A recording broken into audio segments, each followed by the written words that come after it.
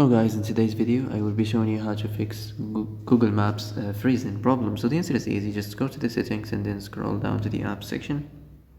Then go to the search Google Maps, and then go to the storage, and here you will find this clear cache option. Click on it. Now you can go check it if it worked, and if it didn't you can try to restart your phone or turn the Wi-Fi off and on, or the Bluetooth or the airplane mode. Also you can try to clear data, but be careful. If you clear data, all this application's data will be deleted. This includes all files, the settings, the accounts, the databases, etc. So be careful if you want to clear your data.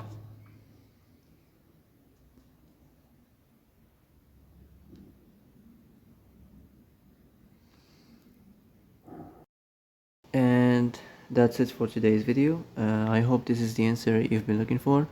If you like this video, don't forget to like and subscribe, and see you in the next video.